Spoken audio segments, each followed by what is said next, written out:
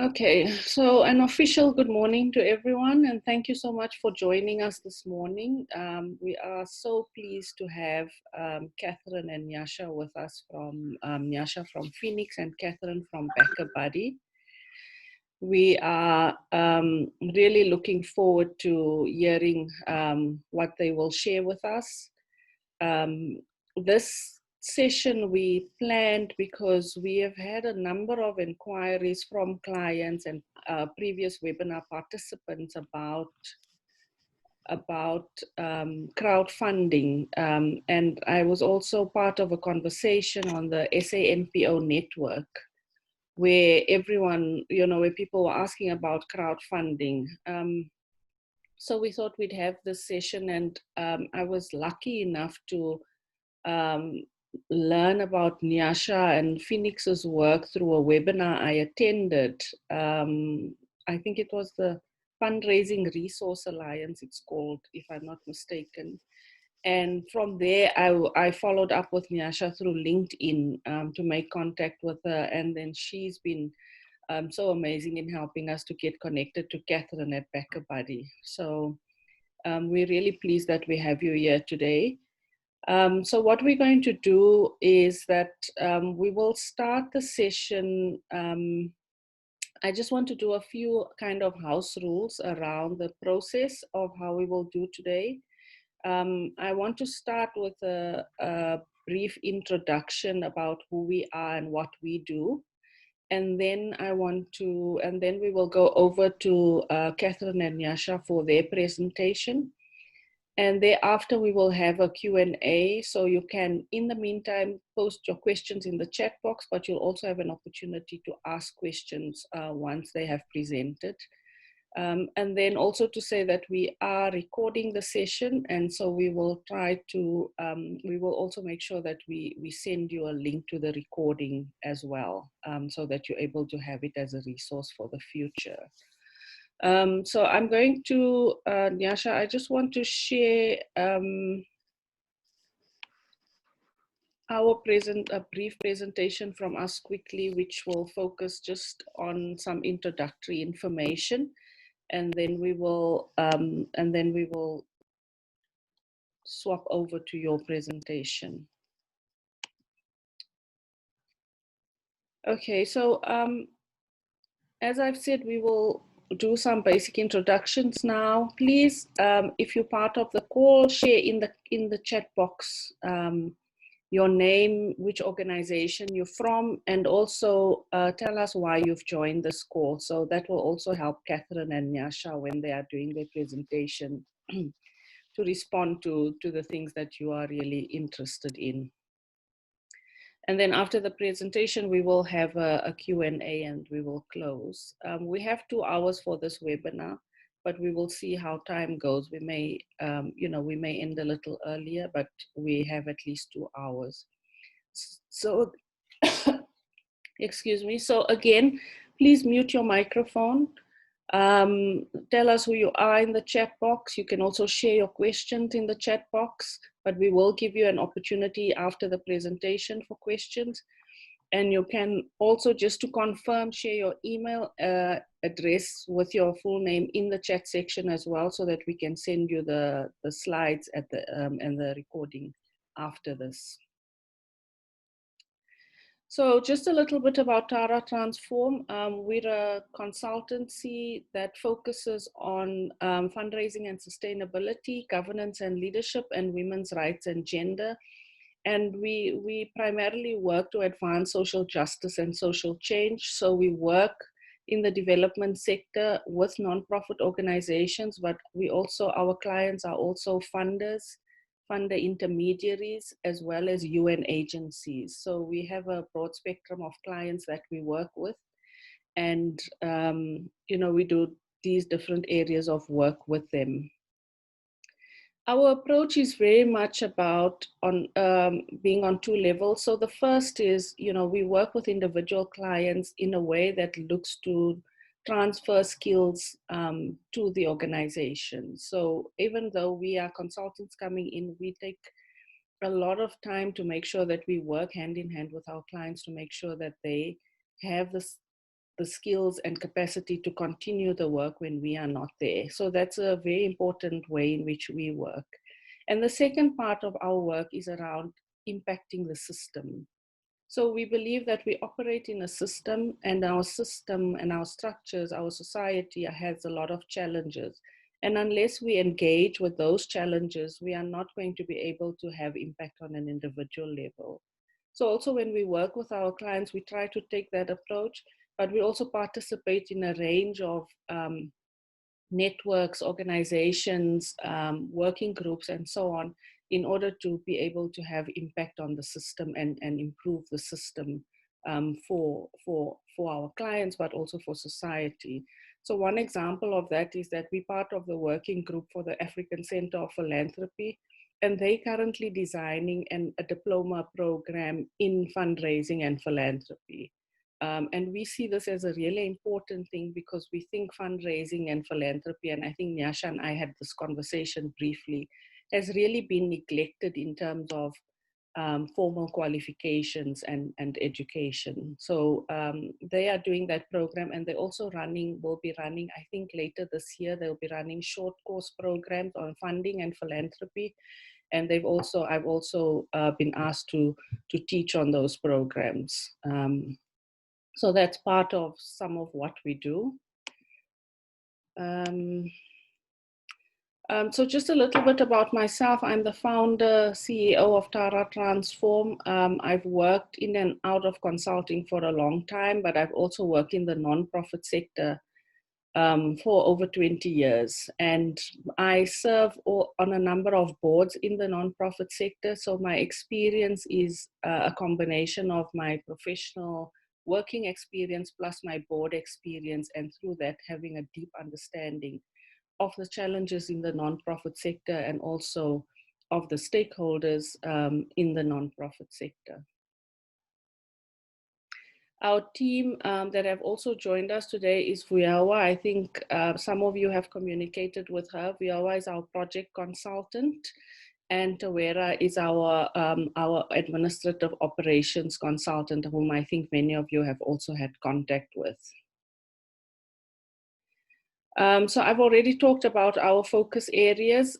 Just to say that in leadership and governance, we focus on helping boards and executive leadership to build skills and systems around effective governance. So how do we make our board more effective? How do we make our board more responsive? How do we ensure that our board supports our fundraising and sustainability initiatives? Because I know many NGOs struggle with that. But we also support nonprofits around succession planning, because we have found that that's an area of challenge as well. Often you have a leader that has been in the organization for a long time, and then the challenge becomes how to replace that leader, and it's always a reactive approach. So we try to help organizations address that proactively. And on gender and women's rights, we do a great deal of work, and we also have we bring together our work on gender and sustainability in our work with different clients. So for example, we're currently working with a client to develop a feminist fund, which will look at funding young women and girls activism in the SADC region. We currently support a funder intermediary on their fundraising initiatives to help them strengthen their fundraising so that they are able to support more of their community-based organizations, not only with funding, but also with capacity building. And then we also do work, currently we're doing work with UN Women, for example, on COVID-19 and its impact on women, and analyzing and assessing the South African government's actions and how that has either helped or not helped women and vulnerable women in South Africa. We also do gender analysis. So for example, I've worked with GIZ, which is a large German funder, to do gender analysis for their different programs. So we do that kind of work. And again, as I've said, we always try to link what we are doing at a client level with impacting what is happening at a societal level. Those are just some of our clients that we work with, and there I have indicated some of the recent projects we've done, which you can look at a later point. I think I've also talked already about our approach to funding. We really try to be tapped into what's happening in the sector more broadly. So we don't just offer services, but we also try and participate in the networks around philanthropy and fundraising. And we also try to get a global sense and view of what's happening with fundraising and funding in different areas of society. Just yesterday, I joined a call from Trialogue. They had a webinar on the effects of COVID-19 on the NGO sector and the funding situation. So we believe that it's very important for us to always know what's happening in the sector and to be able to leverage that and then feed it back into our community. And then, as I've said, we work with funders as well to either review their approaches, to design new approaches, but also to support them to be responsive to the communities that they are working with. And we work with nonprofit organizations in a way that seeks to build long-term capability. So our services for nonprofits can just be, for example, funding opportunities, but we try to take an approach that looks at the entire organization. So from leadership to skills to systems and processes to marketing and communications, to the types of funding that is appropriate for them, so that when we are gone, they have set up the organization in a way that is fundraising becomes integrated into the daily operations of the organization, and there are people actively driving it. So as we go into, before we go into the presentation with Nyasha and Catherine, I think it's worth reminding ourselves about what is happening in the fundraising sector and what is happening in our in the world generally around fundraising. We are seeing that a lot of funding is being redirected based on different priorities. So if you think about, for example, where we are now with COVID-19, a lot of funding is shifting from current or previous priorities to COVID-19, which in some ways is not bad, but for organizations who are not actively involved in COVID-19, it's a big problem because that means they have less access to resources. And what we've seen is that there are some funders, some large international funders who have informed their grantees that they will be moving funding away from their current funding commitments in order to fund COVID-19. And the implication of that is that grantees will either get less money than they had, the funder had promised them, or their funding period will be cut. And that is serious because the implication is then that you now need to make up that funding gap. And so part of us having this conversation is to try and help you think about different ways of fundraising, which are not just grant dependent. And I think Catherine and Nyasha will talk a little bit about the value of this kind of funding in the sense that it's almost, it's unencumbered funding. You know, it's not the kind of funding that needs lots of reports and detailed proposals and those kinds of things, but it requires a different kind of effort for you to be successful.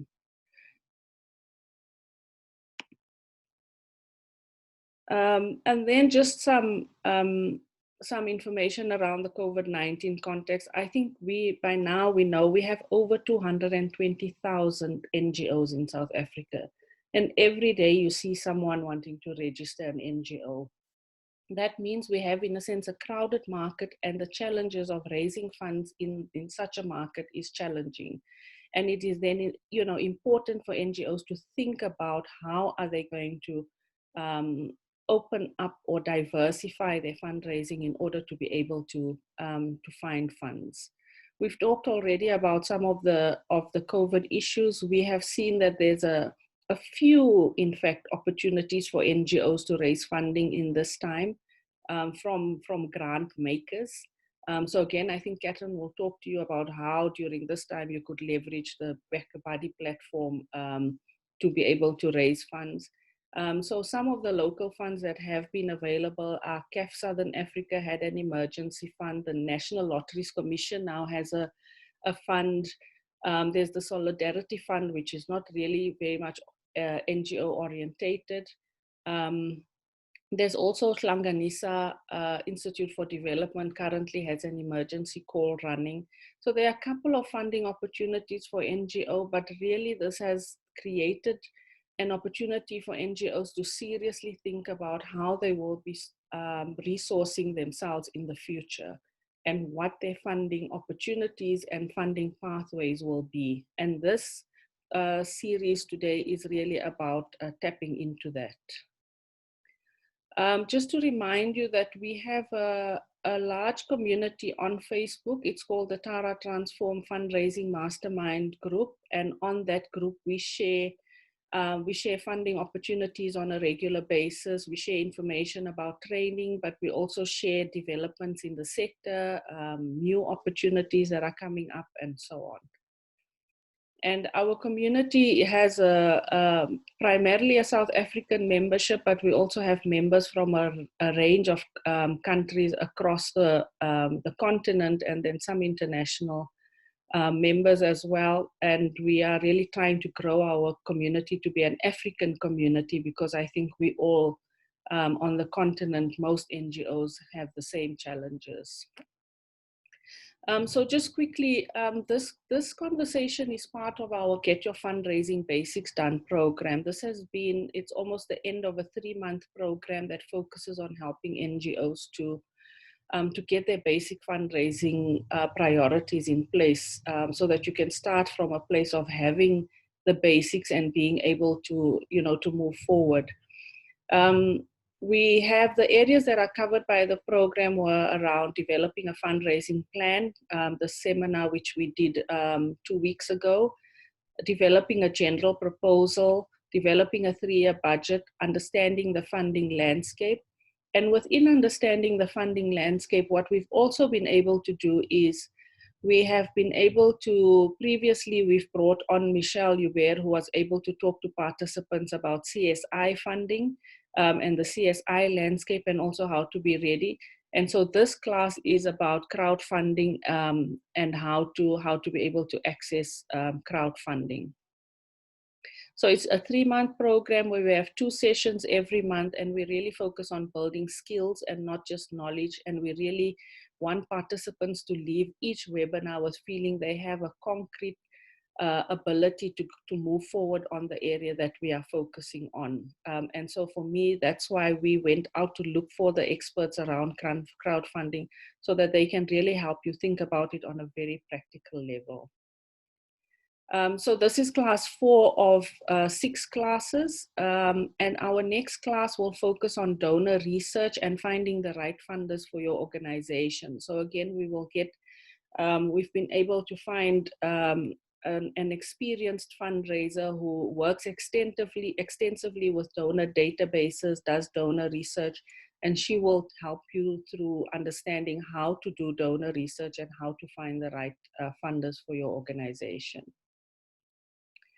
So the focus for the class today is really to help you to understand how to run a successful crowdfunding campaign, to understand how you can work with your community and followers to raise funds, to understand what you must do to make sure your campaign is successful. I think for me, that's the key one, because I've seen too many organizations struggle around that. And then also, we've asked Catherine to talk a little bit about the BackaBuddy platform, which is a really practical technology platform that you can use for your crowdfunding campaigns. Okay, so I'm not going to do justice to describing who Feenix and BackaBuddy are, but I'm going to give over to Catherine and Nyasha to do that.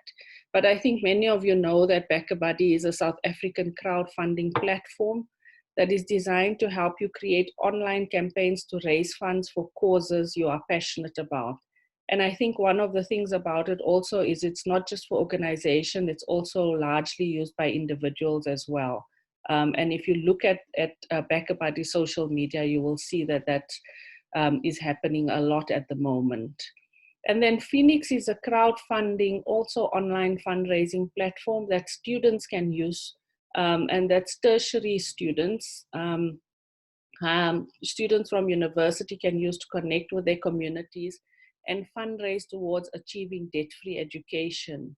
And I think we know how critical this is, because we've been having significant challenges about the access and cost of higher education. And I think this platform has has been able to address a large gap in the market around the funding of higher education and for students who are in need. So on that note, I will hand over to Catherine and Nyasha just to say again, thank you very much, Catherine and Nyasha, for making the time to join us. And we look forward to hearing from you today.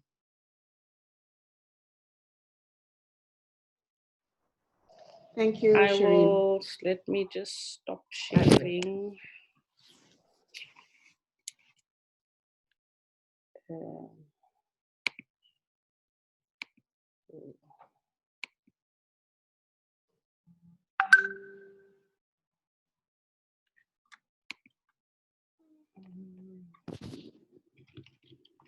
Okay, Nyasha, are you able to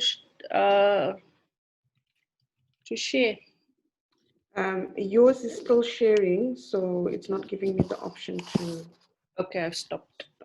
All right, great.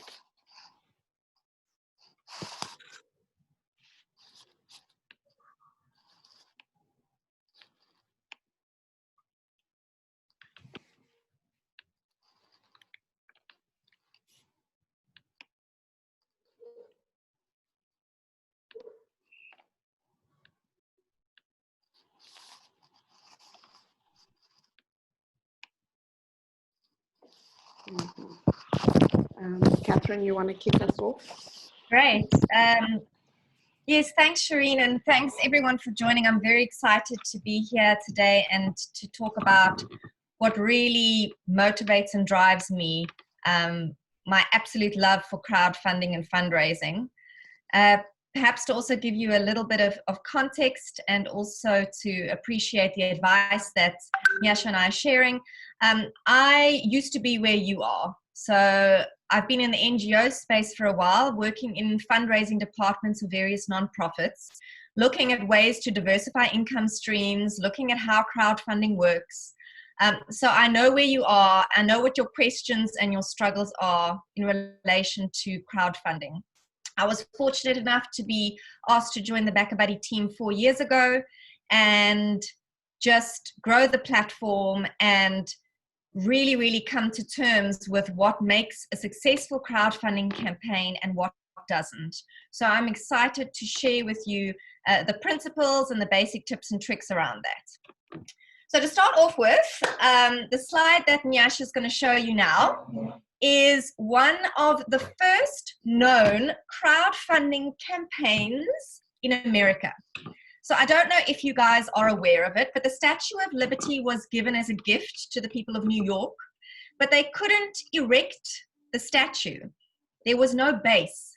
And they needed to raise, I think it was $120,000 to actually get this granite base, and the community didn't have the money.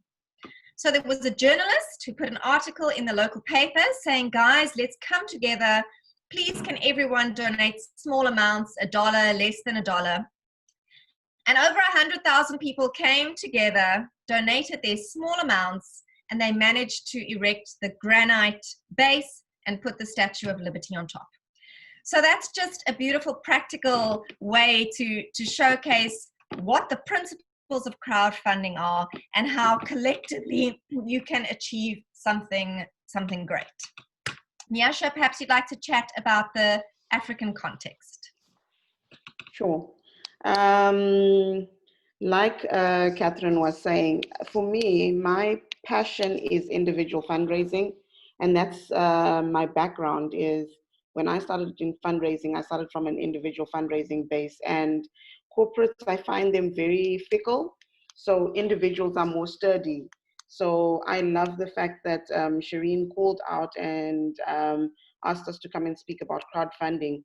Crowdfunding is just another form, but just the concept of people giving is innate in us as humans. And from an African perspective, we always talk about Ubuntu in South Africa. We talk about the fact that our togetherness and everything. And this is not something that South Africans are not used to, crowdfunding. We developed a video that explains the everyday context of crowdfunding. So we've put it into Stockville. And I'm sure people that are on the line that have come from different backgrounds know about the Stockvells. You know about the burial societies that are in communities. You know about the church fetes that happen every single Sunday, every other Sunday at church. Those are crowdfunding methods that have been used by society. So we used this particular video. We'll share the slides and you guys can watch the video.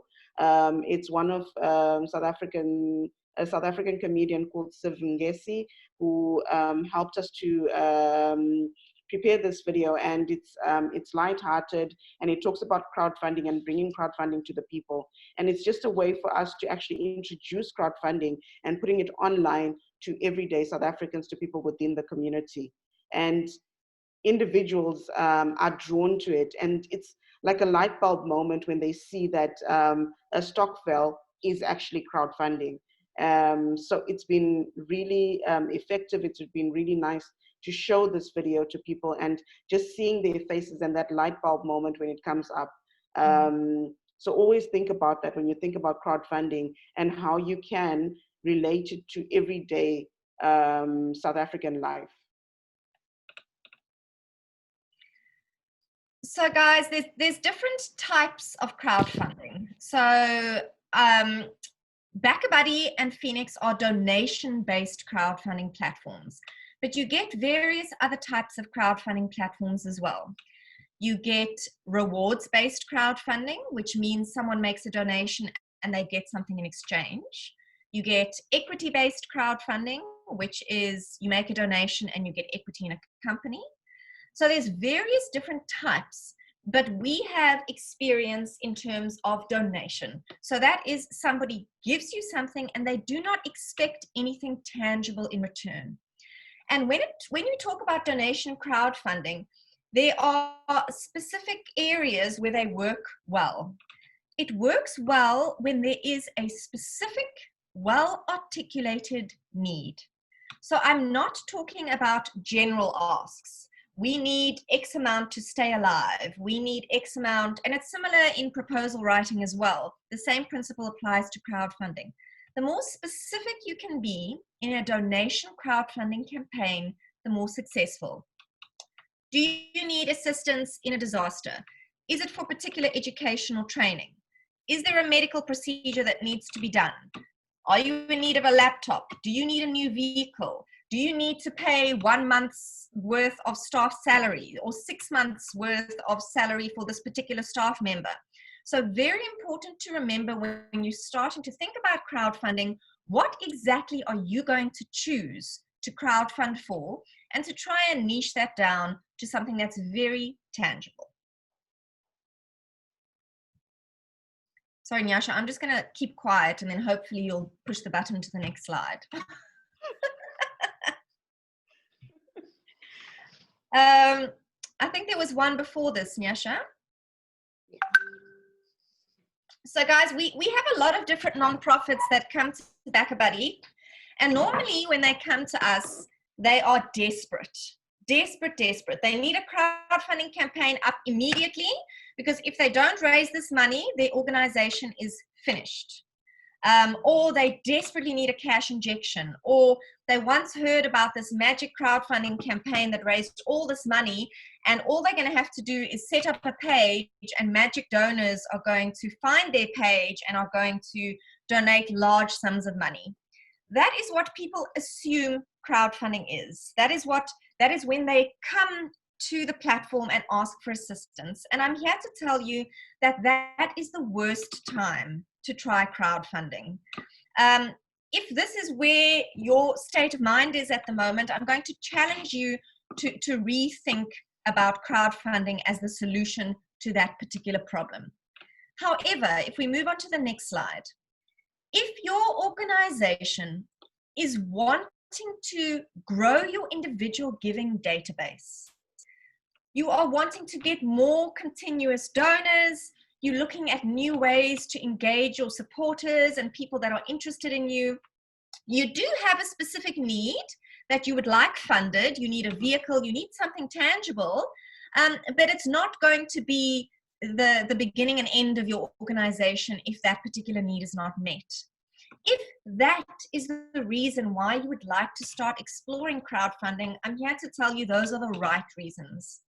It doesn't help you set up a crowdfunding campaign and raise R1 million, but do nothing with the donors that have come through that campaign. So we need to always start with the long term in mind, thinking about retention, thinking about how these donors can become continuous donors of the organization to ensure your sustainability. And yeah, and just to piggyback off what Catherine is saying, and this is how the Feenix story actually started. I think everyone remembers Fees Must Fall, the movement that highlighted the disparity within South Africa, and especially in the fees in the tertiary education space, and how students within the missing middle needed support because they were too rich for government support, but also still couldn't afford the exponential fees that was being charged. So students took to the streets. But society felt that they needed to help and they wanted to help, but they didn't know how to help. And that's one of those things where people put up bank accounts and what Shireen alluded to, where new NGOs just pop up at any point in time because they're looking at a specific need, and then it's people flooding the market with bank account details and people don't know where to put this money. And the need at that time was to connect these two communities, connect the individual givers that were coming in and wanted to support the students and the students themselves, and make sure that we can create a space where there's debt-free education. So the need was there and the need needed to be met. And so crowdfunding was the best way to look at how we can actually come and give access to both sections of society. Folks, sometimes we also get organizations that come and chat to us, and we have to inform them that we don't think that they are ready to crowdfund. So crowdfunding essentially requires an organization to be exceptionally visible or out there. And an organization first needs to focus on developing various methods where they can access a crowd. So by that, I mean social media. So I'm talking about your Facebook, your Instagram, your LinkedIn. You need to have some kind of an online presence if you are going to start thinking about crowdfunding. You need to have a professional looking website, a social media platform, and some kind of database. I'm not sure if people use Salesforce or even an Excel spreadsheet, a professional logo. When people see a crowdfunding campaign, they are going to want to go and see, is this organization legitimate? Where do I find them? Who are they? Who's on the board? You know, what do they look like? What is their brand? What is their brand image? Do you have a way in which you can communicate with these donors that you're going to source? If you launch a campaign and all of a sudden you source 1,000 new donors, do you have a mailing tool in place that you can absorb the data and start communicating with these donors? So this is once again a starting point to crowdfunding. If your organization is not there yet, then the conversation is a separate one. And we can chat to you about various elements that you need to get in place. So you first focus on building your brand and building your organization's digital online presence. And once you've done that, you can slowly move into the space of attempting a crowdfunding campaign. The next example that I'm going to show you now, we all know the SPCA. We know the brand, we know its reputation, we know they've got a database, we know they've got social media platforms.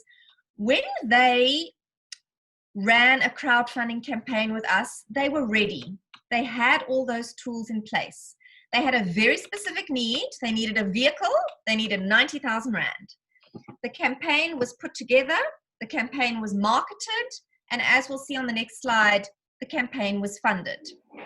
Now, with this type of crowdfunding campaign, the organization has to do all the work.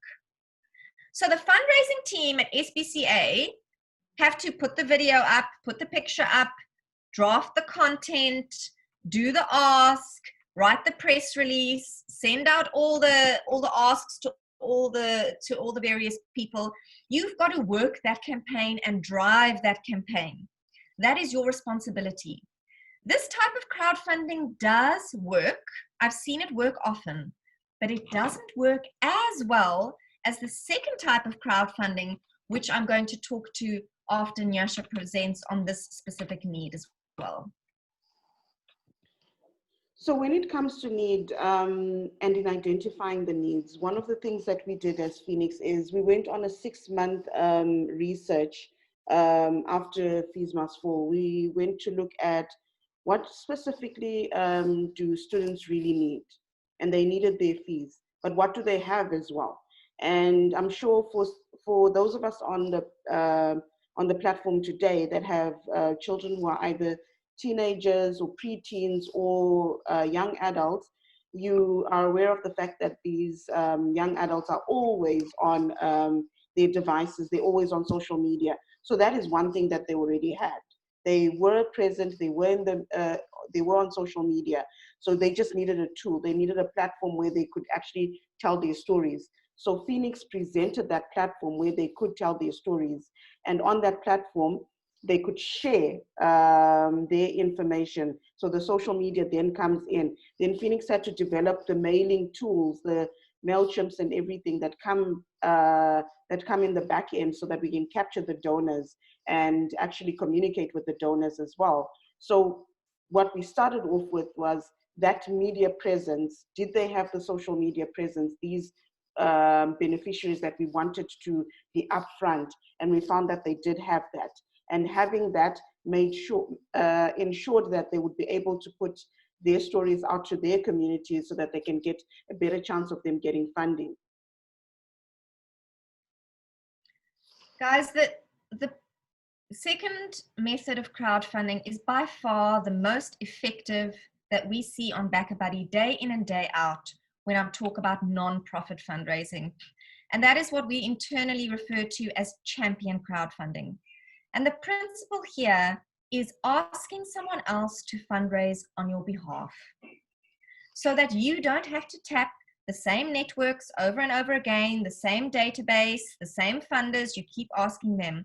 The key here is to start focusing your efforts on finding these champions.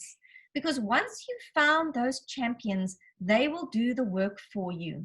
They will tap the networks for you and they will source the donations.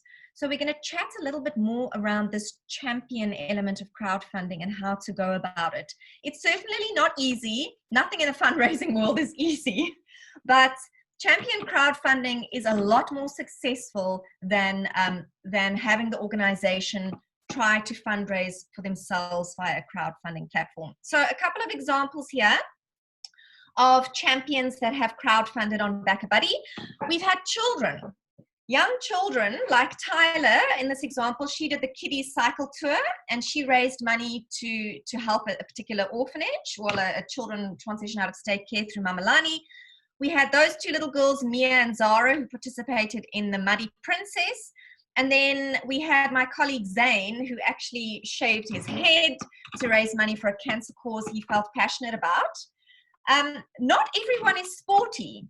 So you don't always have to find people who run and jump and go through mud. You can also do things like birthday campaigns and shaving hair, and people come up with their own creative ideas. But when you put the ball in their court and ask them to run with it, you can sometimes be so surprised at what these people achieve. And they are so proud of being associated with the brand. And if you nurture that champion relationship along with the donors, amazing things start to happen as a ripple effect within the organization. And as you can see with BackaBuddy, they are more broad, but with us as Feenix, ours is very focused on students, and we have that focus on just debt-free education. The way that we look at champions, the champions are actually looking at the student that they resonate with, and they create a campaign on what we call our campaign page and start driving the campaigns from their end. what's great about champion crowdfunding is that it actually opens you up to a whole different network completely. It can actually open you up to international donors as well. Just these two champions, the differences between these two champions.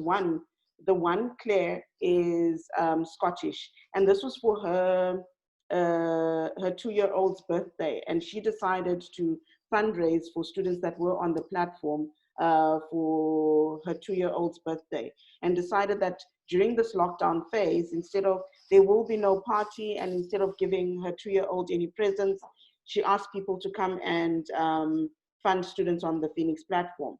And she opened us up to a network that we didn't have before. Because she's Scottish, she opened us up to a European audience that we didn't necessarily have. And the presence in terms of media for us, in terms of social media for us, was much greater. She's also part of a group called the Africa Scotland Business Network. So it opened us up to other small businesses, SMEs, that came in and actually made donations using her campaign. And as a champion, she opened us up to a whole different network. And it was easier for us through her to actually get into meetings also from a corporate perspective. When it came to Alma, she's also she's a celebrity. So she's an influencer within her own right. And being an influencer within her own right, it also opened us up to a different network completely, that we could get other champions coming out of her as well, that were interested within the education space. So champion fundraising is actually a great tool when it comes to individual fundraising, because these people that come in as your champions open you up to a world of new donors that you wouldn't necessarily have thought of.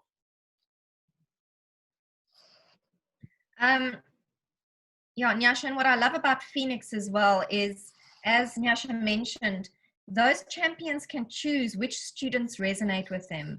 I mean, you don't get more tangible than that. You don't get more specific than that. So it's a really, really powerful crowdfunding tool for the champions to understand exactly who they're helping and the kind of impact they're going to be creating. I have a lot of nonprofits say to me, yeah, but Catherine, how do I find these people? Like, where do I find a champion? It's not, I don't know anyone who cycles, and, I don't know where to find these people.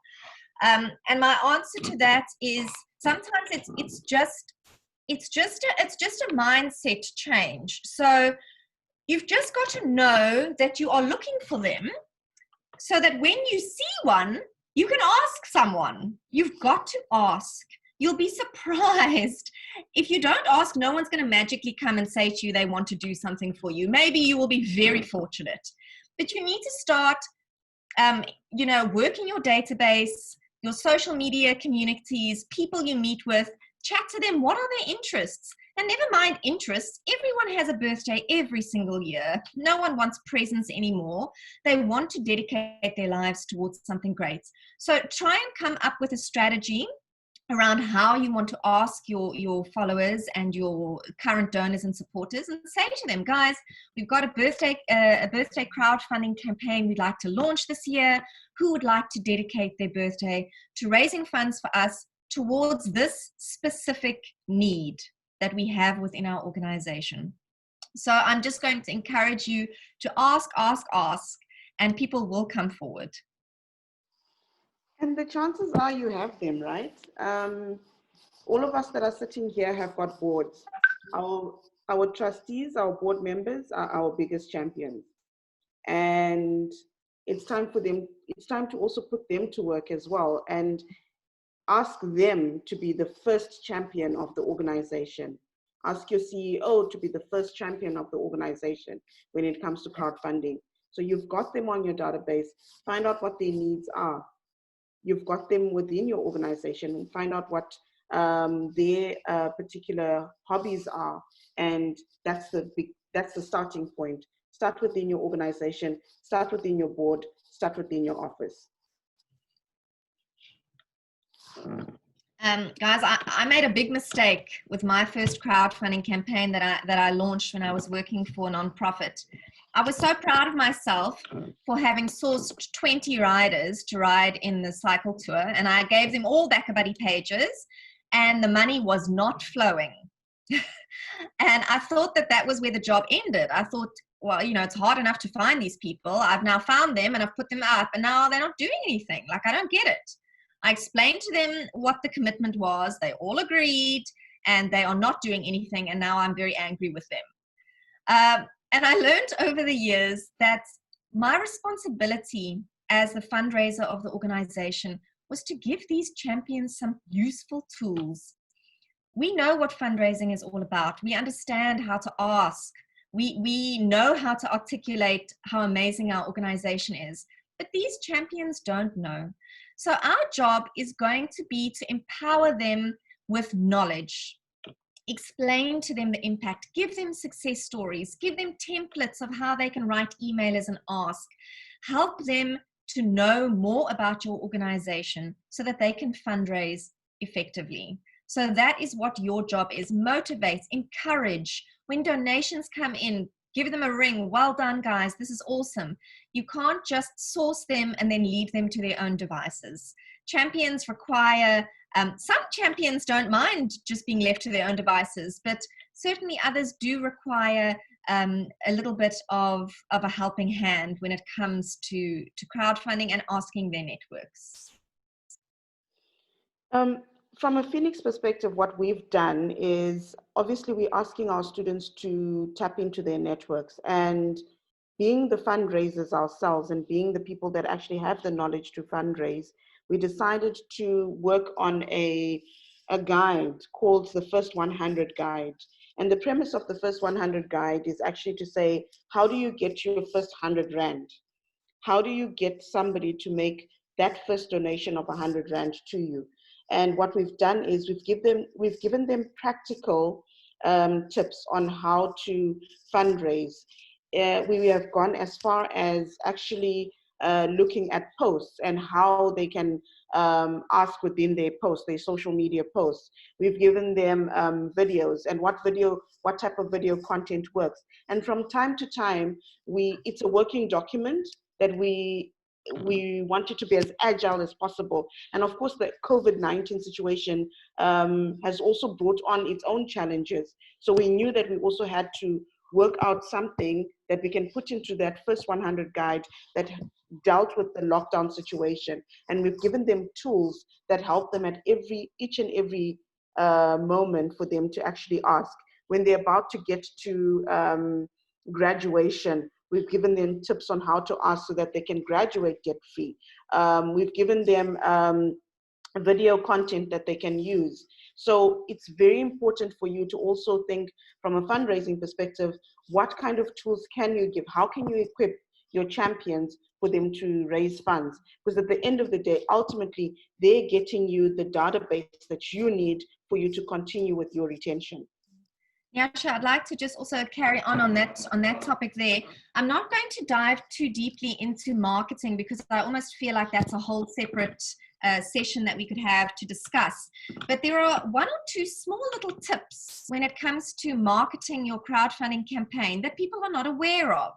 So, for example, some people assume that if they have a crowdfunding campaign, they can post it on their Facebook wall and everyone will see it and people will donate, and then they don't understand why none of their friends have donated.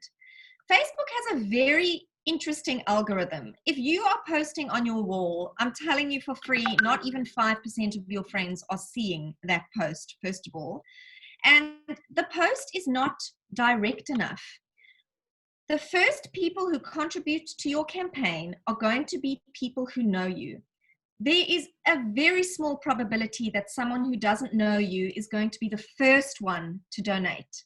That forms part of a bigger marketing strategy when we start to get to second and third tier donors. But the first people, the first couple of 100 Rand is going to have to be from people who know you. If the people who know you don't want to give, you can be sure that no one else is going to want to. They're going to say, well, I don't understand. If the friends and family can't give 50 bucks, or people that know her or went to school with her, then why must I? It's almost like a social vetting or social capital. But with Facebook, we tell people, Guys, identify the top 10 people you think will give. Send them a private message on Facebook Messenger. Catherine, I started this thing. Please, would you support it? And some kind of a personal engagement and a personal ask. Facebook, WhatsApp, email. But general social media posts do not work very effectively at all. So these are also things that once you've got your champion up and running for you, you've got to empower them with this knowledge that not everybody knows how to market or how to ask. But I'd love to elaborate more on marketing potentially in another session. But these are also a few things that one needs to do when your campaign is live.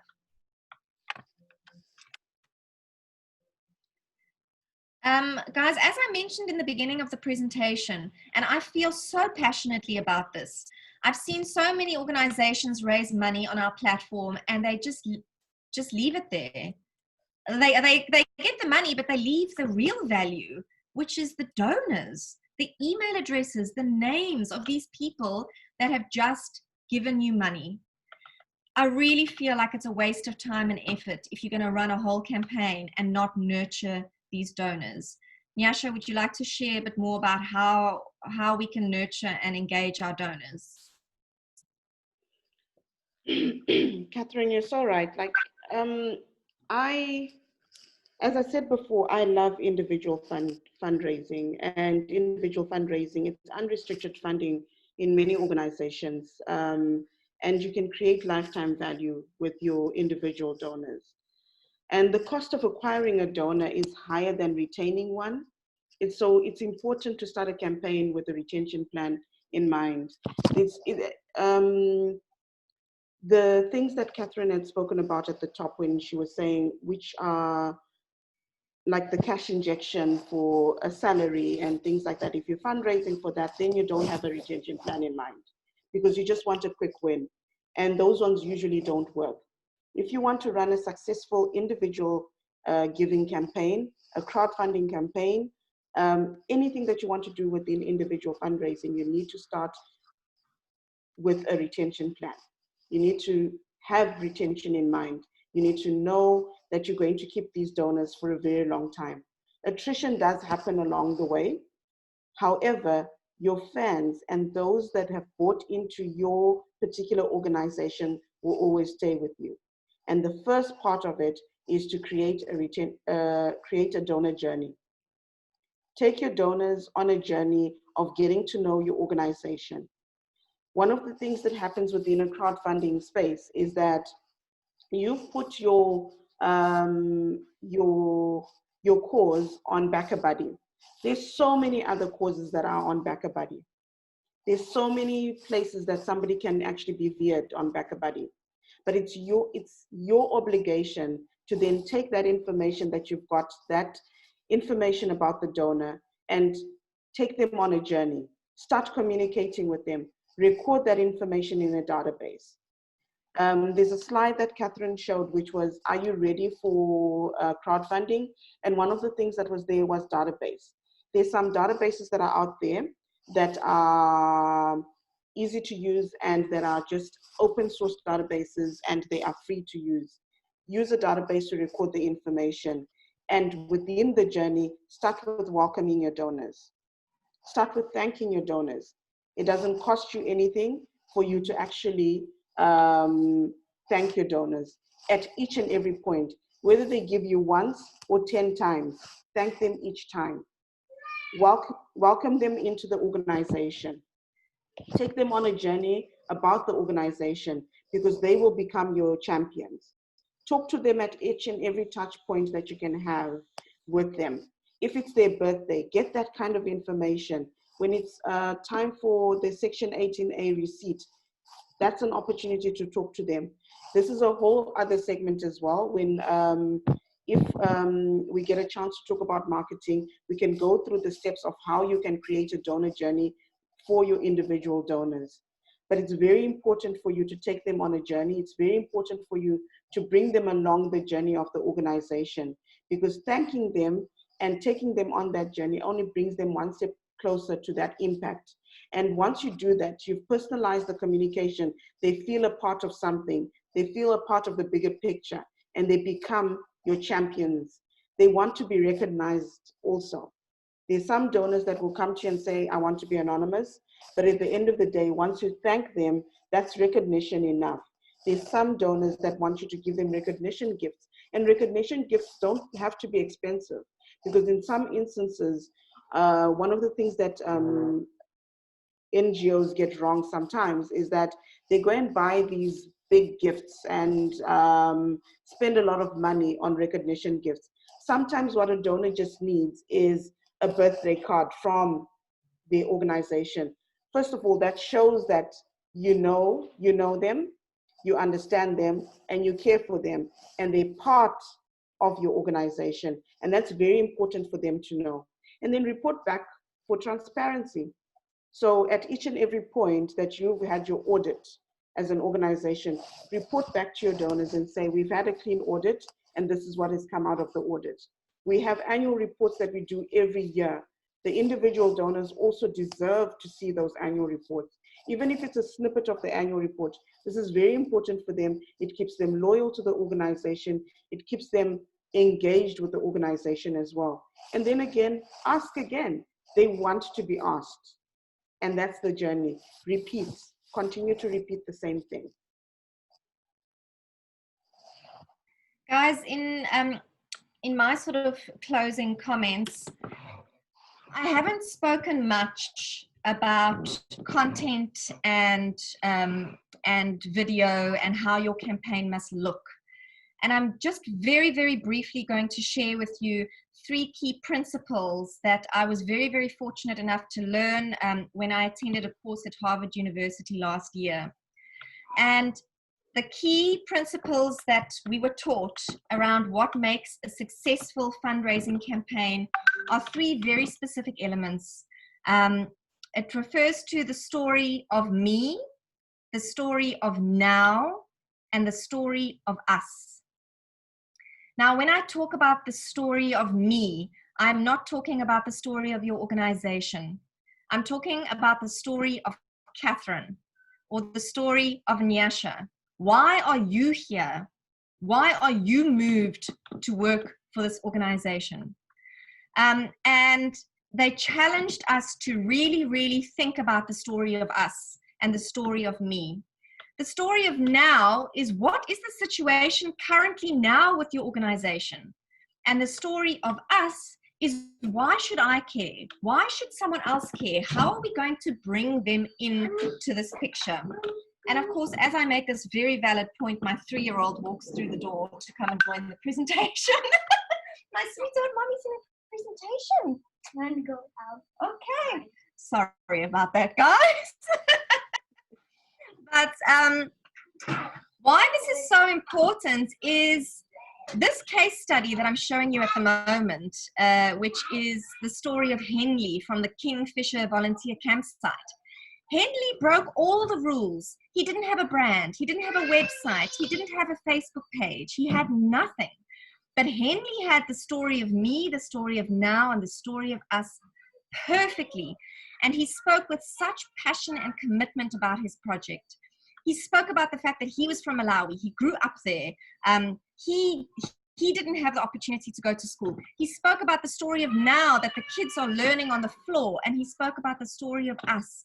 Surely you can understand what it must feel like if your child can't go to school.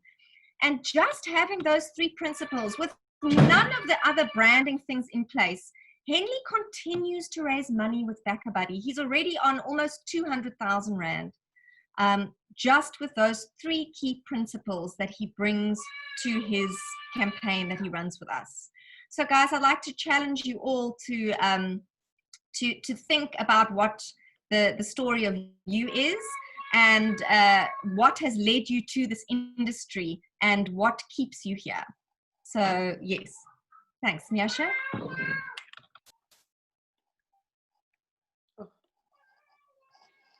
And just off that, we were also, as Feenix, as we started, we had all of these things in mind. We equipped the students.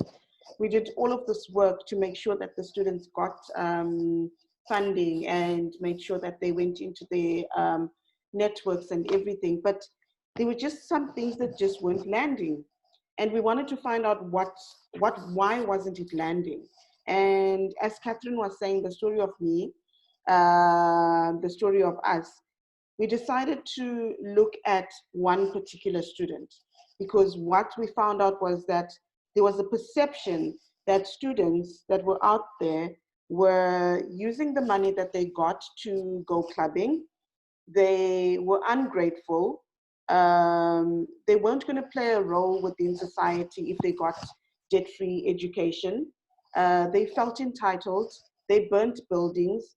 They just didn't understand what it's like to work in, you know, to work. They didn't understand what it's like to part with your money. So the approach that we took as Feenix is, this is Ntombi. Ntombi last year was finalizing her MSc in chemical engineering.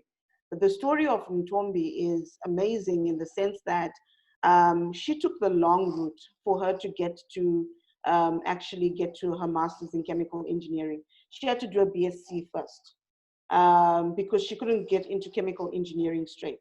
So there were so many things, there were so many hurdles, there were so many obstacles that she had to face for her to get to this space. And in fact, this year, she's starting her PhD in chemical engineering. So we decided to do a video of Ntombi. And when I share this presentation, please do watch the video and you'll get to see Ntombi.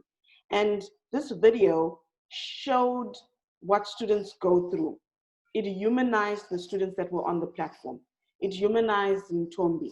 It made people feel for Ntombi and see that actually the perceptions that they had were not what these students were going through. A student at any point in time who doesn't have money for fees is spending 50% of their time looking for money for fees and 50% of their time looking for studying.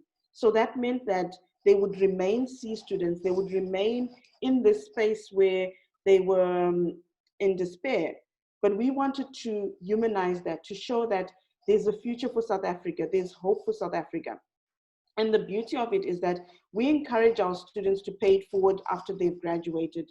And in fact, Ntombi started a nonprofit while she was still studying. And this nonprofit, she's got tutors that go into disadvantaged communities and teach maths and science to students who are going into tertiary education, grade 11 and grade 12 students. So she started this, and she's rallied students from this university to go into Soweto, to go into Tembisa, to go into Mamelodi, to go into different sections of society within the Gauteng province to teach students who are grade 11 and grade 12. And this is her story. And showing that story brought people on, and people started now coming on and seeing a different light when it came to students. And it was very important. And it was even much better when we could show that Ntombi has finally graduated. Ntombi has finally achieved what she wanted to achieve. Mm-hmm.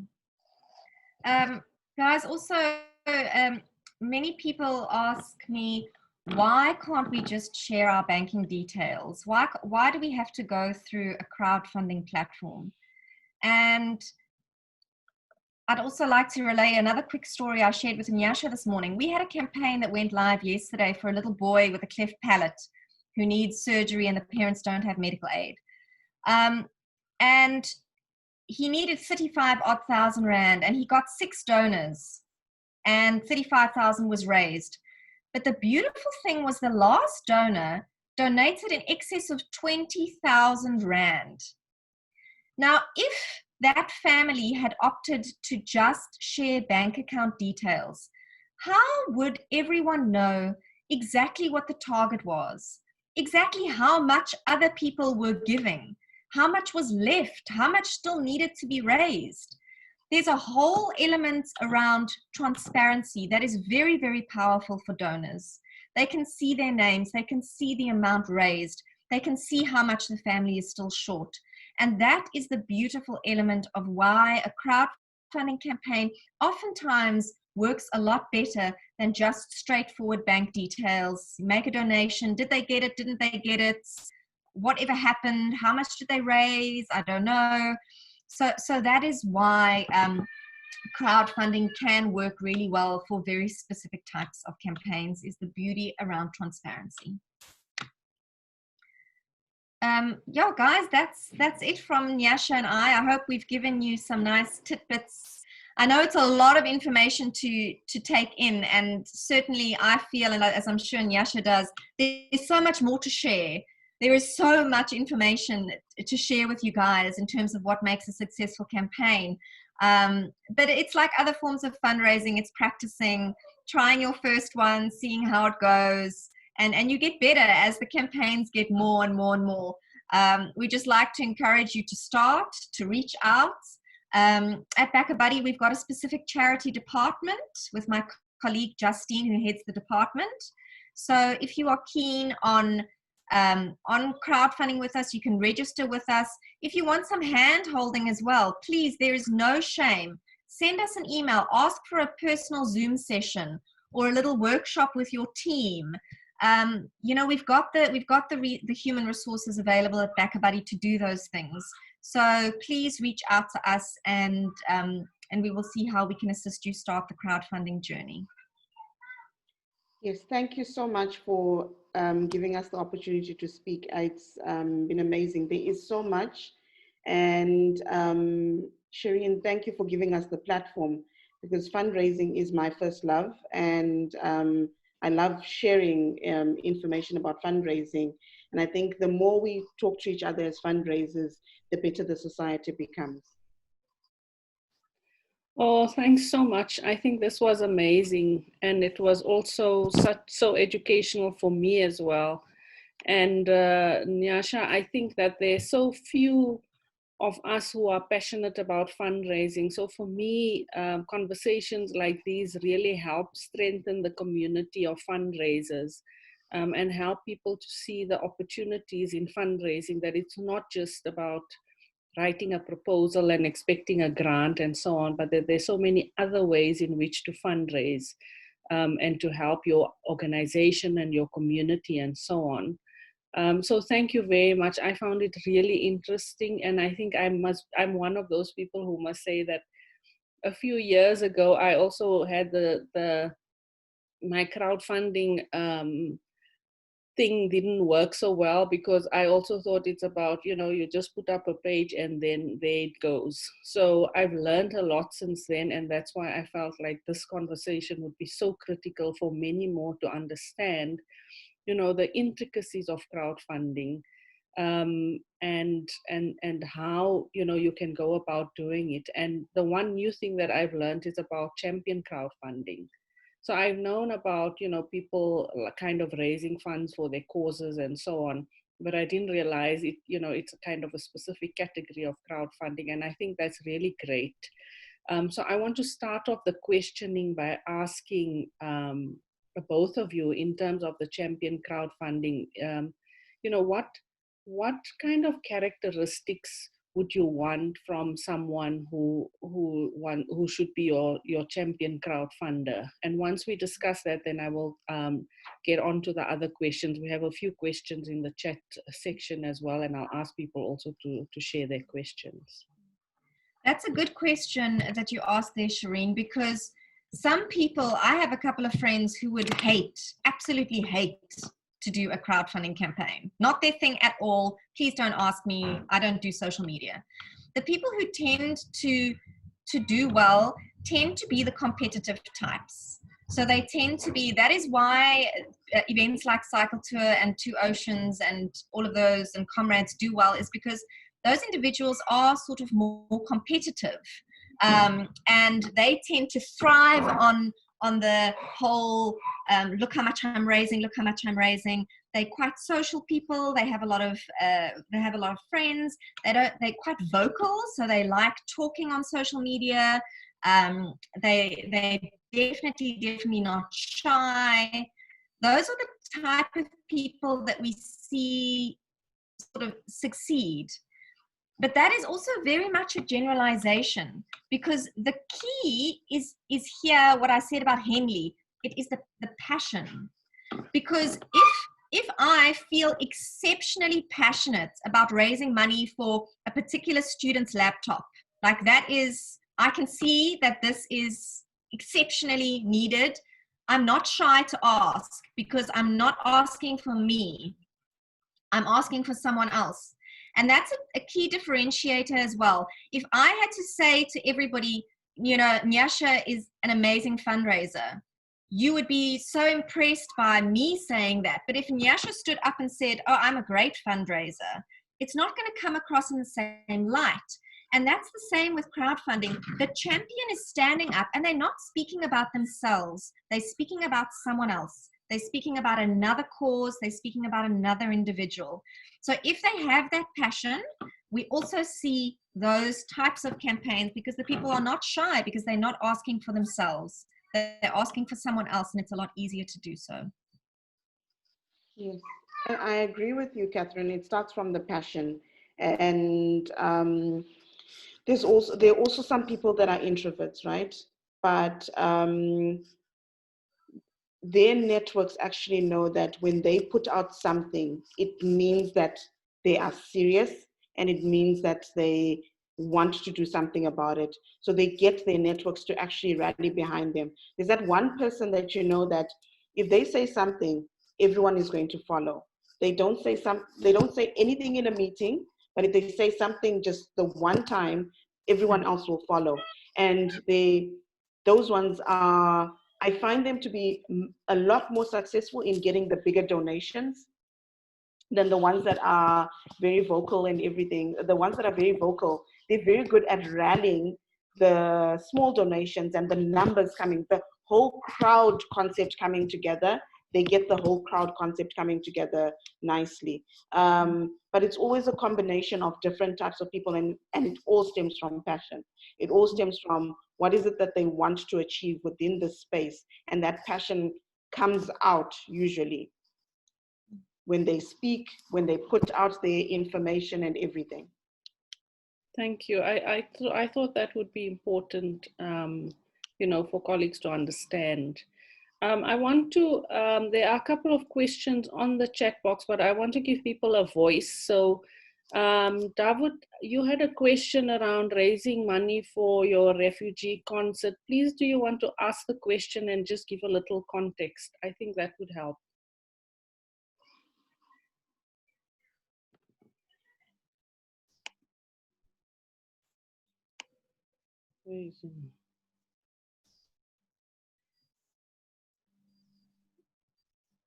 Okay, I'm not sure what's happening with that, but let's go over to Misha. You had a few questions. Do you want to perhaps start with one of them and ask Nyasha and Catherine?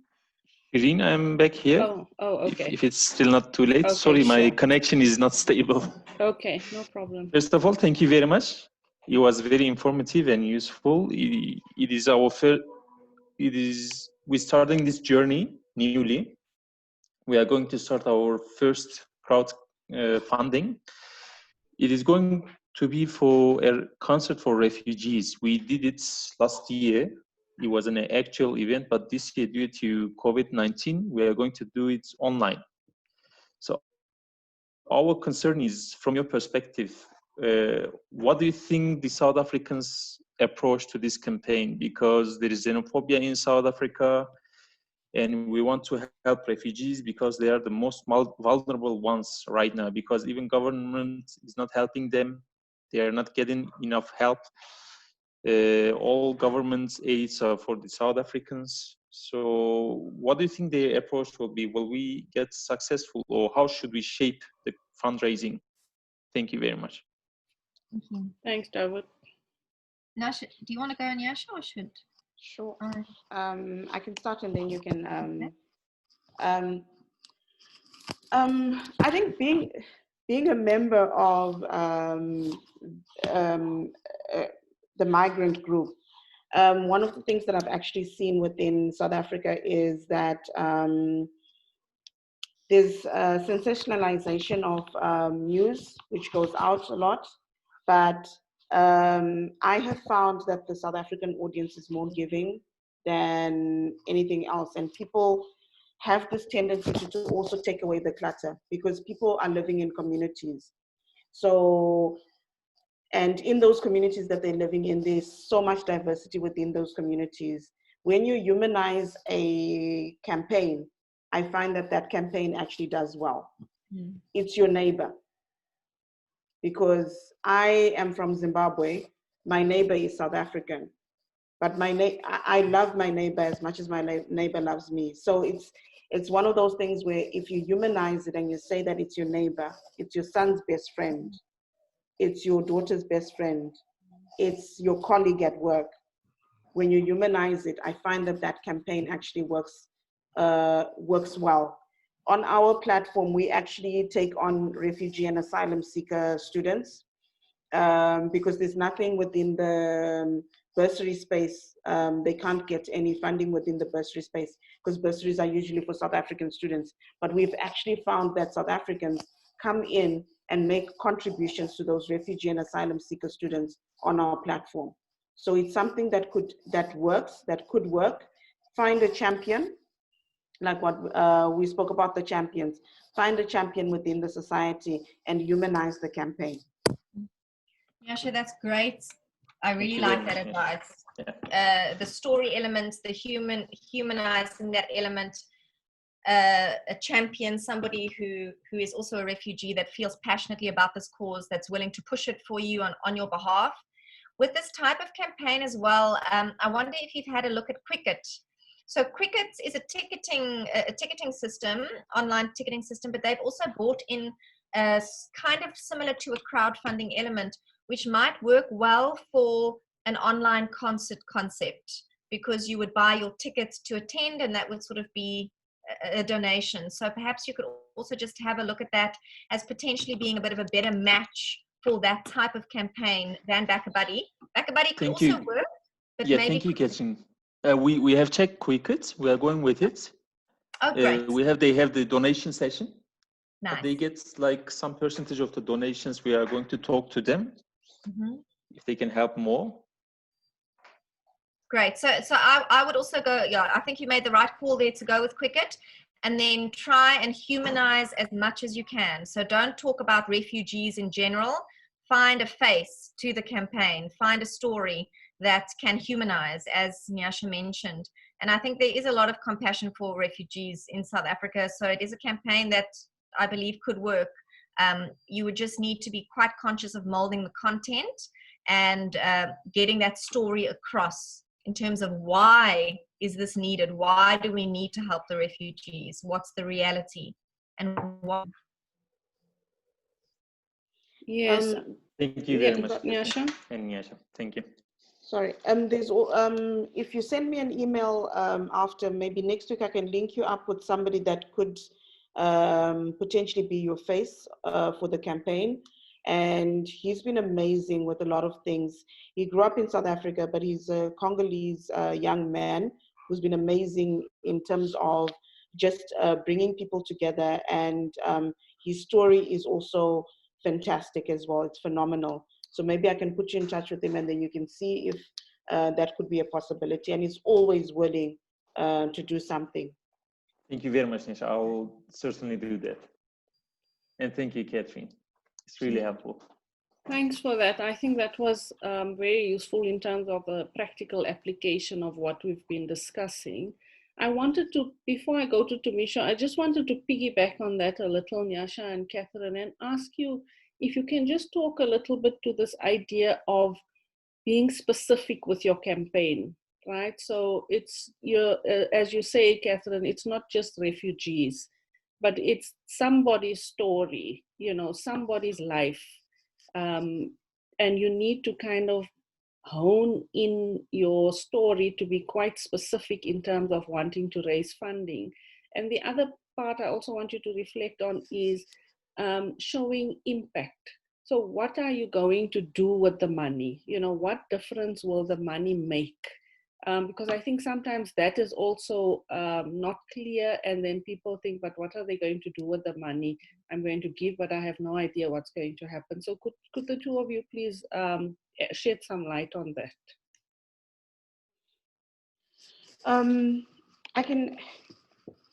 So when it comes to humanizing, when it comes to being specific and honing in on a specific person within your campaign, people give to people. People don't give to objects. This is, in some instances, what we found is that because I'm in the education space, a lot of alumni from universities find it very difficult to give back to their alma mater because people give to people, but they found it very easy to come onto the Feenix platform and give to an individual that resonates with them. University. So right now, one of the things that we're struggling with as humans in lockdown is we're struggling with the fact that we can't see, touch, feel, we can't socialize. So that's a very important aspect, and that's an aspect that people take for granted, and it puts a person in a vulnerable space on both sides. First of all, the beneficiary and also the donor themselves, because for you to give, it takes a bit of vulnerability. It means you've taken yourself to a specific space and time for you to give. So that's why it's so effective for somebody to humanize, for somebody to actually put a face to something, because that also speaks to impact.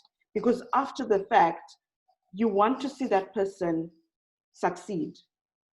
You want to see that person in our case, get an education. You want to see them going up on stage and actually graduating, which is why it's so important also for beneficiaries to also come to the party and tell their stories, both from the end of when they need and when they've now been helped.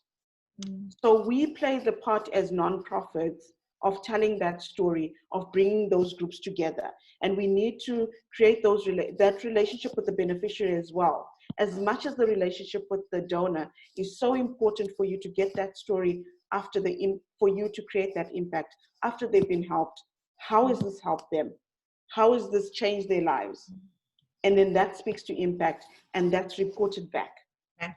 Nyasha, I'd like to share, guys, this speaks to the story of us. If you can't bring me as a donor into your story, I'm not going to give. And I'll give you a practical example. It also happened to me this week. I'm very fortunate that I have a lot of practical examples, but we have a doctor, a GP, who's just launched a campaign for PPE equipment, masks, face masks, etc. And I'm sorry to say it, but we see it every day, and it's starting to get a little bit, like, okay, we need more masks, we need more PPE, we need more hand sanitizers. So he sends the campaign text, and it's we are a group of doctors, we're working in Cape Town at the front of the COVID, and we're in need of masks and. But already my mind is thinking like, okay, how's this different to every single other campaign that's out there? So I emailed Anthony. I said, Anthony, we've got to look at something else, because this is not, it's not really speaking to the donor.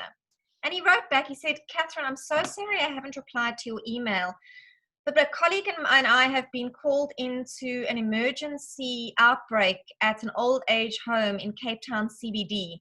And we've been fighting COVID at this old age home for the last 4 days. It's been exhausting. It's been terrible. And I just haven't had time to concentrate on the campaign. And when Anthony said to me that him and his colleague are at the old age home in Cape Town CBD, I could see my deceased grandparents. I could see him holding the hand of a granny all by herself while she can't breathe. And what did I want to do? I wanted to donate to Anthony's campaign. So I appreciate that we can't always get a real face or a real name, or maybe you work with children and it's difficult with protective, with privacy issues, etc. But in that example, Anthony's already humanized it by saying, I'm Anthony, this is what I'm doing this week. I'm at that old age home, I'm holding hands, I'm fighting the disease. We don't have enough masks, please donate. And there you've got the donor, you've got the story of us, and you've got the human element.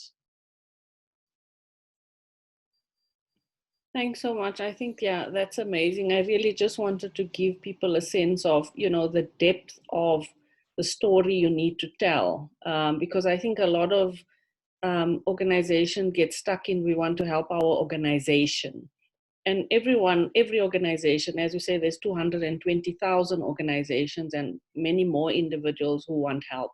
But if your story doesn't resonate, then you're unlikely to raise any money.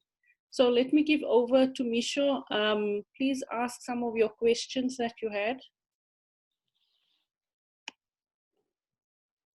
Hi everyone. I'm not too sure how my connection is going to, hence I wanted to actually type them out. But if you can hear me, great. If you lose me somewhere, it's really just because of the connection. So I just have just a couple of questions, 5 of them. The first one is just really about what is the risk associated with an individual being a champion, you know, for an organization, in terms of their perception or their public reputation and so forth and so on. And also looking at how then do you balance the branding between, because if the person is the one pushing the campaign on your behalf of the organization is at the forefront, how do you balance that branding? Or does it become that we have empowered this person through our brand, and does that need to establish some form of a relationship with them in terms of, you know, reputation or any potential recommendation, what do you call this, reputational damage, you know? So do I need to contract this person individually to have some sort of understanding of what our organization does and so forth? And so just the risks associated with that. Also, the second one was just about how do you keep these champions interested, as the asks might differ, and your next ask might be was apart from the most successful fundraising campaign. So our experience is that yes, they get Section 18A certificates, but how do you keep them beyond just sending newsletters and keeping in touch with them?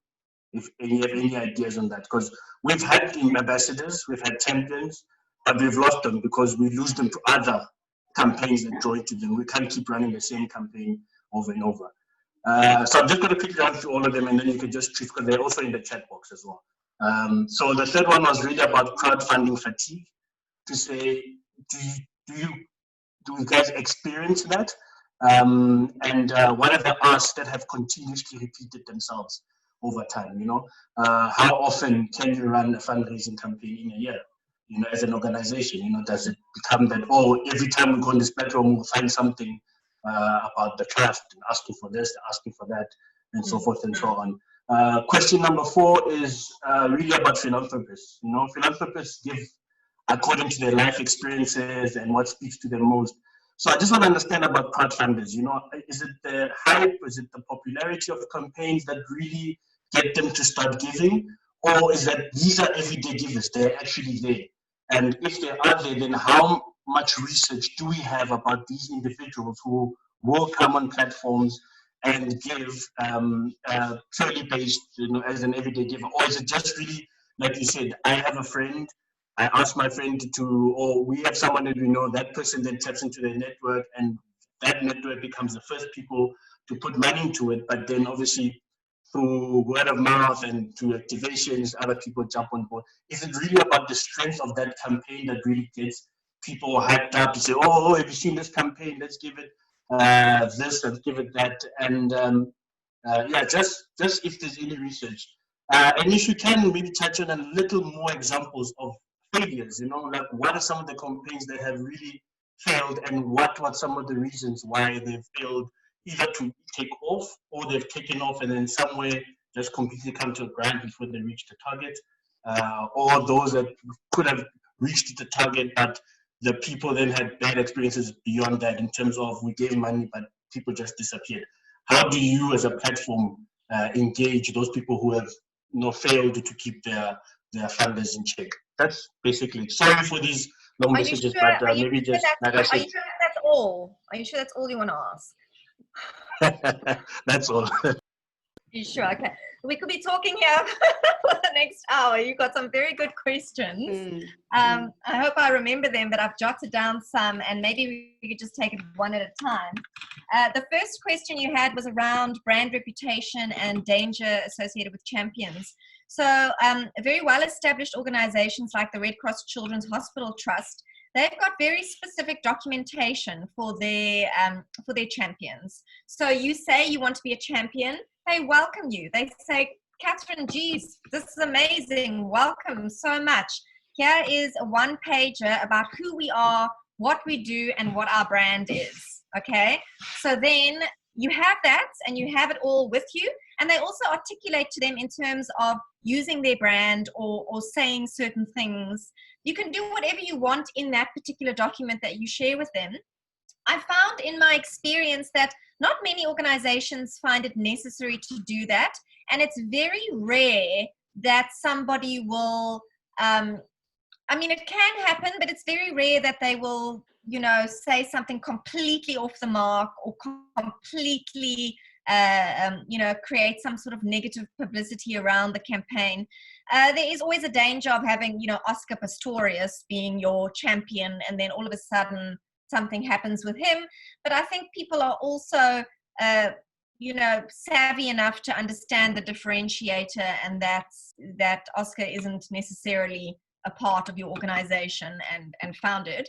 And if your organization did a bit of crisis communication management and immediately put out a press release to say, you know, we've distanced ourselves from Oscar now. So there is a danger. I won't say there isn't a danger, but it is minimal in my experience. But organizations just need to be cognizant of it and proactively plan. So when your champion comes on board, welcome them appropriately. Give them some guidelines. Telephone them. Invite them to your project when COVID is done. Nyasha, anything else you'd like to add on the brand association champion risk question?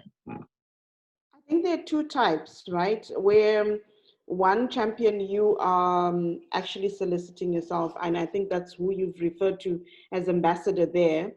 And those are the ones that are a little riskier. I think if anyone has seen UNICEF, UN organizations usually have like celebrities as the ambassadors and things like that there. That's a little riskier in the sense that a public figure, you don't know what's going to happen within their life. But also sometimes they can be very, very good for your brand. So you have to assess what risk you want to take within that particular space. When you're looking at an ambassador program that will be then your champion, then you really need paperwork that accompanies that. Then the second part is champions that come organically. And these are everyday South Africans, and the risk with them is very minimal. It's your everyday auntie on the street that comes in and then says that they want to run a campaign, they put it up on BackaBuddy and they put it for your cause. And it's there's minimal risk when it comes to those kind of figures. But usually the risk comes in with ambassadors and the ambassadors that we solicit as organizations. And I think a very clear thing should be part of your fundraising strategy. Your ambassador strategy should be part of your fundraising strategy. And you need to put in guidelines of who you will take on as ambassadors, who you want to associate your brand with. And that comes into your fundraising strategy. It comes into your fundraising policy. And if you've got it as policy, it guides you. I'd like to move on to the next question, which is the fatigue. If I send another crowdfunding campaign to my family WhatsApp group, I think they will all instantaneously combust. They have been completely fatigued by the ask that Catherine keeps making over and over and over again. So I appreciate your question on donor fatigue and crowdfunding fatigue and how many campaigns and how many can you launch. And certainly if you are launching a campaign as a project-specific organizational campaign, I would strongly recommend that you would only do something like that once or twice a year, okay? But when I talk about the champion model, don't ever limit yourself. You can have 1,000 champions raising money for you every year, and it won't make a single shred of difference in terms of fatigue, because those 1,000 people will be tapping their own networks. Now, the challenge comes in when Catherine has cycled the Argus 10 years in a row, and 10 years in a row, she's cycling for the Cape Town Leopard Trust. And 10 years in a row, she's asking her family for money. Now, in those examples, I have seen a gradual decline in terms of the amount that they can raise. So what we do with those kinds of champions is you've got to appreciate the situation that they're in. So the first year cycling for the Leopard Trust, you might raise 10,000 Rand. The second year for the Leopard Trust, you're probably going to raise 5. And the third year, you're probably going to raise 2, okay? Because, you know, you kind of asked the year before and the people think, oh, but didn't you just ask me for this? But once again, it brings it down to passion. How passionately does Catherine feel about those leopards? Because then maybe her family starts thinking, oh, it's that time of year again when I've got to give to the leopard. Otherwise, Catherine's going to be down my back. So let me give to the leopard. And then the responsibility goes back to the organization in terms of when Nyasha is an expert, is the retention strategy. Did you tell those people how many leopards you saved? And do they feel good about it? Did you invite them to the leopard sanctuary? Did they get to come and pat that leopard? So I think we could really have a whole session on donor retention. I know that you asked a lot of questions here around how can we keep these champions? How can we keep these donors? And I don't think we would be doing that conversation justice by just chatting about a few things. That is like a real deep dive, and you can come up with all kinds of creative strategies around that. Yes, so true. You can come up with different things in terms of retention. And I just want to, when it comes to fatigue and when it comes to just the crowdfunding platform, Tumiso, the onus is on the charity to take care of the donors. When you go on BackaBuddy, BackaBuddy gives you the information that you need for you to know your donor, to communicate with your donor, to know how much your donor has contributed. And BackaBuddy does great work in also advertising you out there. But the onus comes back on you as an organization to take care of those donors. And in order to not create fatigue, you need to give donors the full scope of your organization. If they've come on a project-based fundraiser perspective, from a project-based fundraiser perspective, you need to introduce them to the full organization and everything that you do. And that takes a long time for somebody to learn that. Those are little tidbits that you can give them along the way, and it keeps them interested.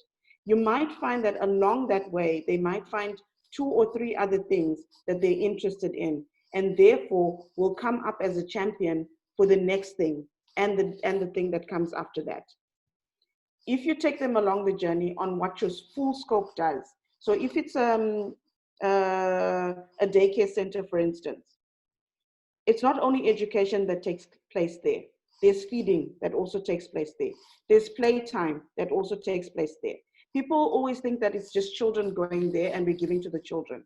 But you can look at different aspects during a day for a child. It's important for a child to read. It's also important for a child to sleep during the day. It's also important for a child to play during the day. So all of those things, if you pick 1, 2, 3, or 4 things that you can take a donor on a journey with, you will find that your donors will stay interested, they'll know the organization, and they will stay with the organization. We always fall into a trap where we only give information about a specific project, and that's what we hammer on. If it's gender-based violence, we only talk about gender-based violence and one of our projects.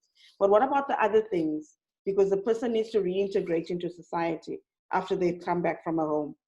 What happens then?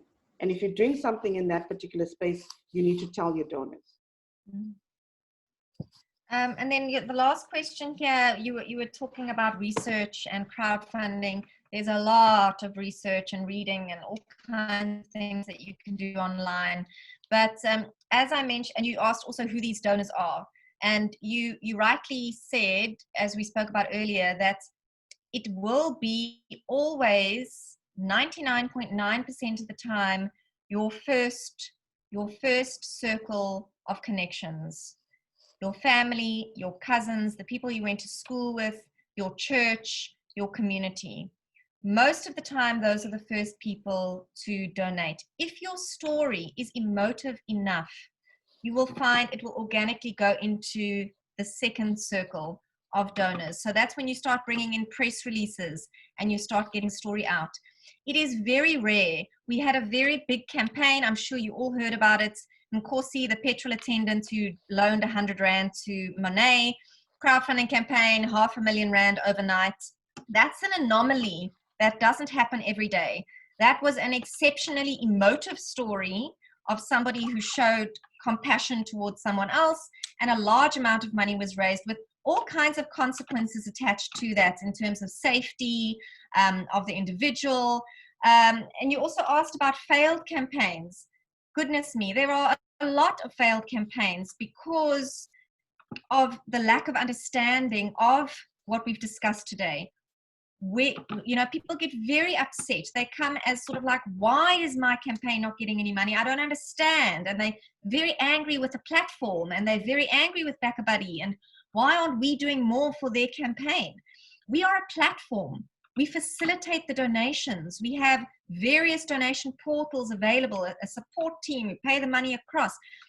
Another great feature that we added recently was the ability to pay certain beneficiaries directly, so hospitals and straight to Pick and Pay food vouchers, so that the donor can be 100% sure that their money gets to where it's going and not just a random bank account. But we are a platform. The responsibility of marketing that campaign is always with the organization, and that's why marketing definitely needs to be another discussion.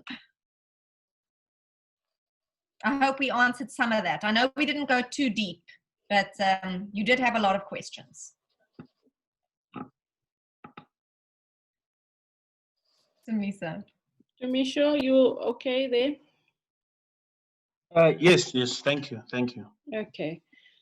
So thanks so much for that. Sorry, my phone keeps ringing.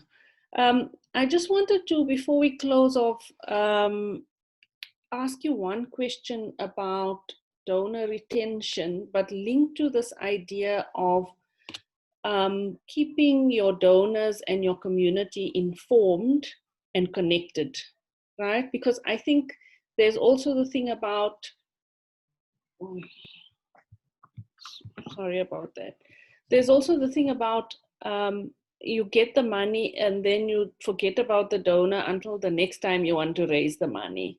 So you talked about the databases and the ability to stay connected through, for example, newsletters and so on, and the fact that you are, so I want you to talk a little bit about how can organizations particularly use their database and a thing like a newsletter, for example, to stay connected, or their social media for that matter, to stay connected to their community, to grow their community, and also to appreciate their donors. Maybe we could discuss that as a final question, because I think this thing about retention, and I also say this a lot to organizations who get grant funding, you are dependent on you are better off supporting and appreciating your current donors than trying to find a new donor.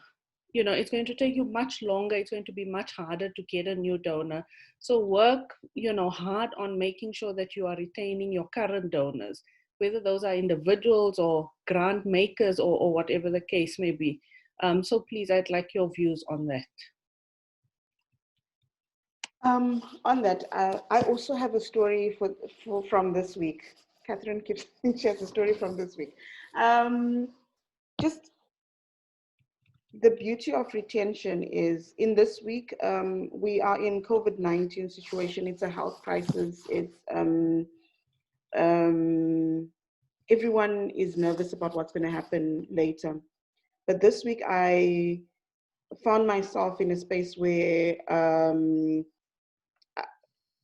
I felt gratitude, because there's one of our funders who is actually in the health space.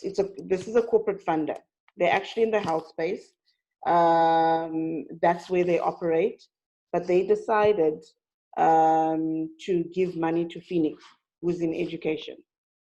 Now, without retention and without donor relationships, that's not possible.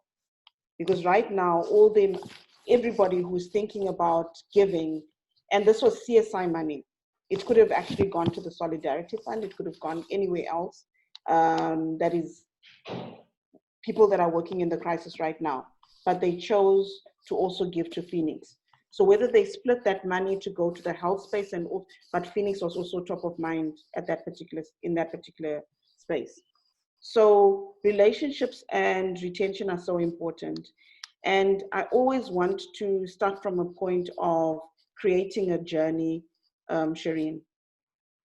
Creating a journey that has your organization in mind and that has the donor in mind. Your communication and your journey needs to be donor-centric. What does this person want to know? You cannot be egotistic. It's not me. It's not Feenix. It's not organization. We have, and this is newsletters that I see often will say, we have done this.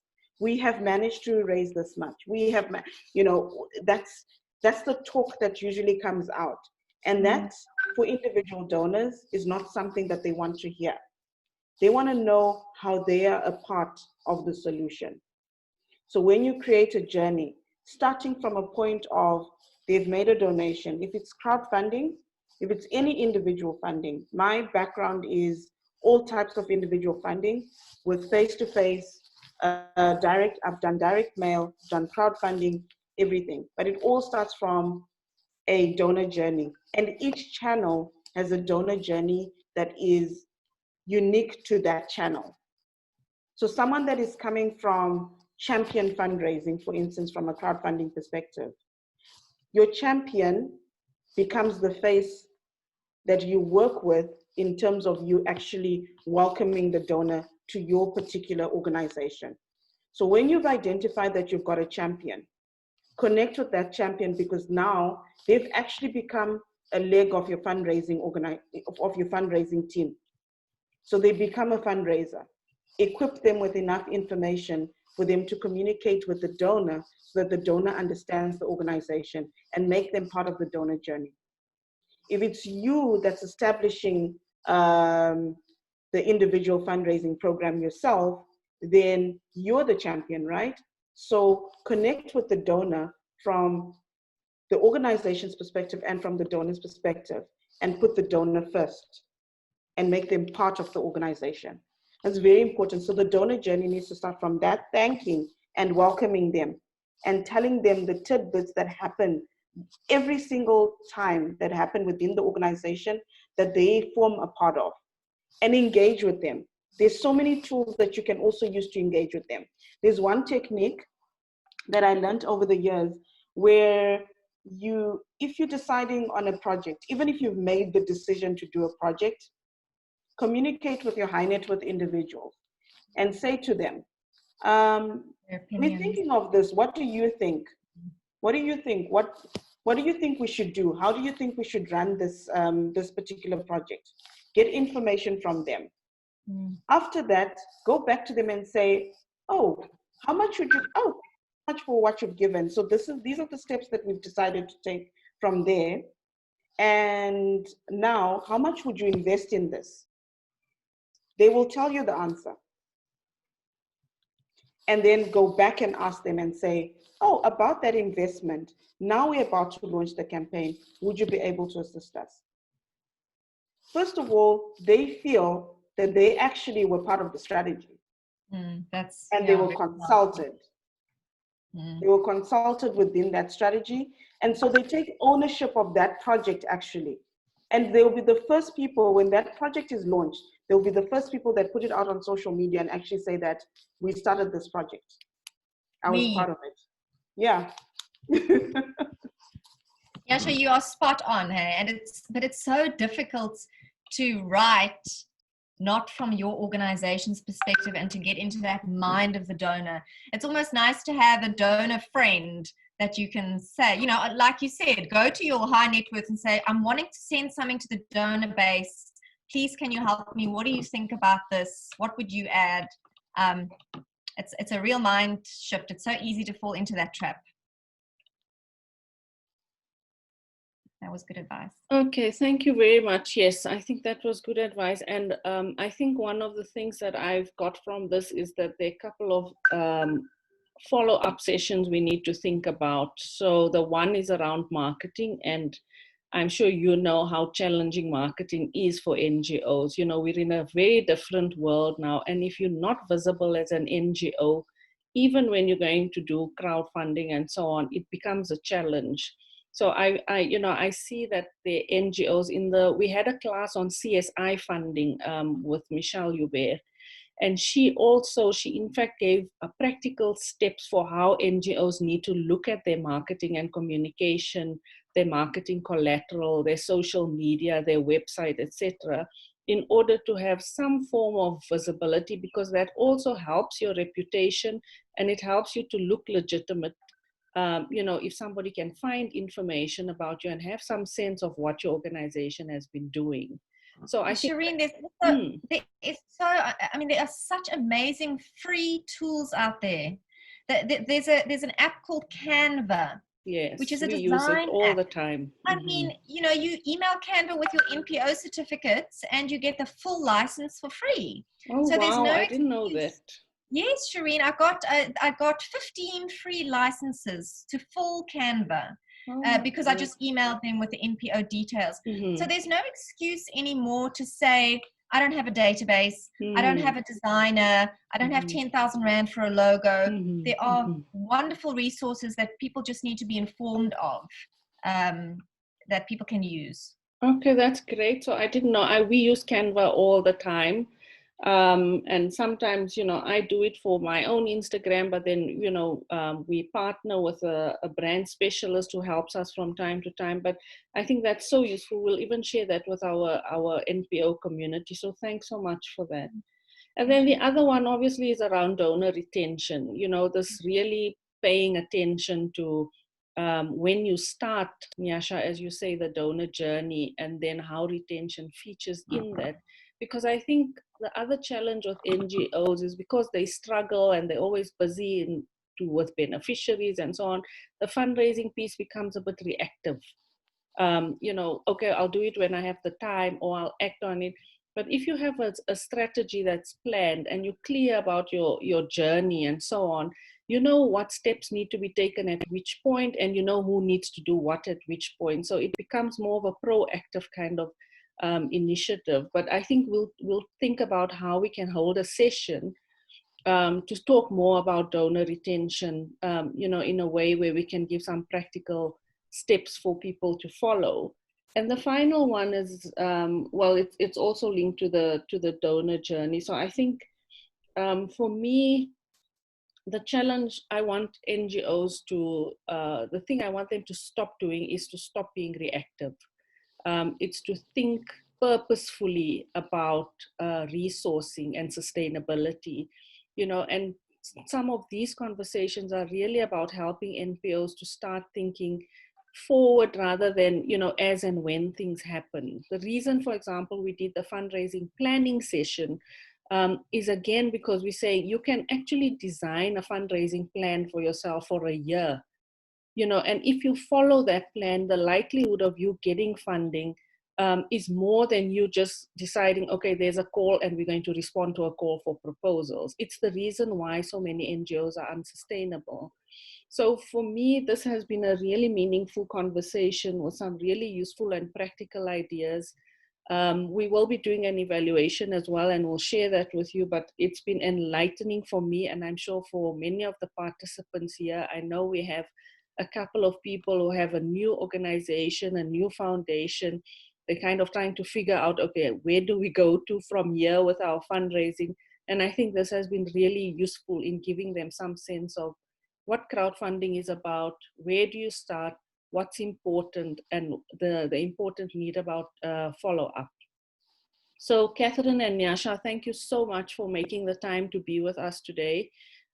It was amazing, and I really appreciate your time. And if there's any way I can support you and Tara Transform can support you going forward, please don't hesitate to contact me. Thank Thank you. you. Thank you very much. And Thank thank you you to everyone. Yes, please. And you will share the slides with us, and then we will also share it with everyone. Thank you, everyone. Thank you very much, everyone. Have a good weekend. Bye. Thank you. Bye. Thank you.